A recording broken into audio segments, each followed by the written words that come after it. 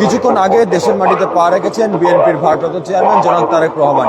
Sylhet MAG Osmani আন্তর্জাতিক বিমানবন্দরে তার যে ভিক্টোরিয়া বিমানবন্দর থেকে ছেড়ে আসা বিমানটি অবতরণ করে এবং ৩০০ ফিটগামী যে সংবর্ধনা যে স্থলটি রয়েছে ৩০০ ফিটে, সেটিতে কিন্তু নেতা কর্মীদের ঢল শুরু হয়েছে। নেতা কর্মীরা কিন্তু আসতে শুরু করেছেন বাংলাদেশের বিভিন্ন প্রান্ত থেকে এবং দলে দলে মিছিল নিয়ে আসতে শুরু করেছেন। আসলে প্রিয় নেতাকে দেখার জন্য তাদের যে এক ধরনের উচ্ছ্বাস, এক ধরনের উদ্দীপনা, সেটি কিন্তু আমরা আসলে দেখতে পাচ্ছি।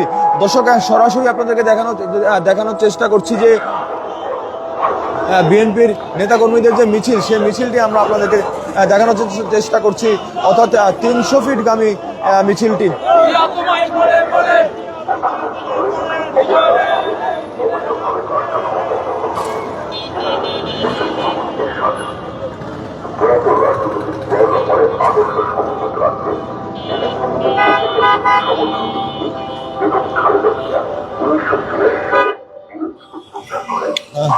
দর্শক, কিছুক্ষণ আগে তারেক রহমান দেশের মাটিতে পা রাখেন এবং তারপরে কিন্তু আসলে তিনি সিলেট এমএজি ওসমানী বিমানবন্দরে তিনি অবতরণ করেন এবং তারপর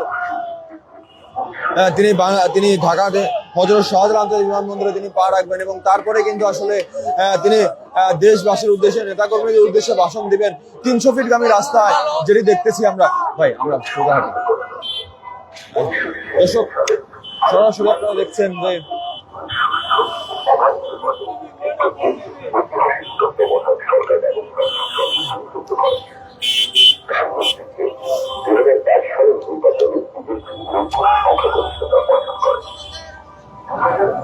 দর্শক দেখতে পাচ্ছেন নেতাকর্মীদের উচ্ছ্বাস, উদ্দীপনা আপনারা দেখছেন রাস্তার।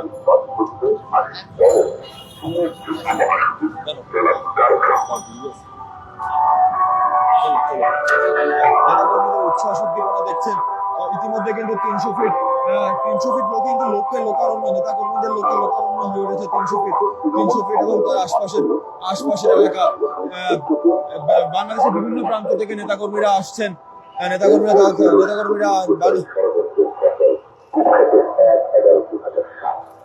৩:৪০-এর দিকে শুরু হবে তারেক রহমানের যেই সংবর্ধনাটি যেটি রয়েছে, সেটি ৩:৪০-এ শুরু হবে এবং তারপরে কিন্তু তিনি একক বক্তৃতা করবেন নেতাকর্মীদের উদ্দেশ্যে, দেশবাসীর উদ্দেশ্যে এবং তারপর হয়তো তিনি লিভার কেয়ার হাসপাতালে প্রবেশ করবেন তার অসুস্থ মা, অর্থাৎ বিএনপি চেয়ারপারসনকে দেখার জন্য।